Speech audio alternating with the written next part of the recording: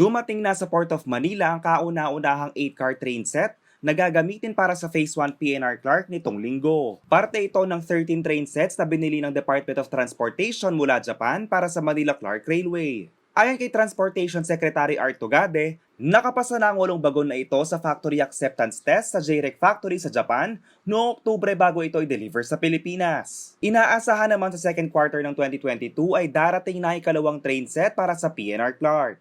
Ang Clark Phase 1 ay parte ng North-South Commuter Railway o NSCR na magdudugtong sa New Clark City sa Tarlac patungong Calamba, Laguna.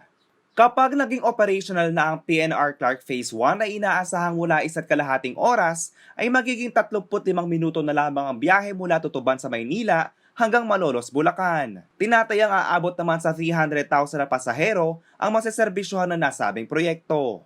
As of September 2021 ay nasa 48% na ang progress rate nito. Kasama si Marian Lozano, JM De Jesus, CLTV News.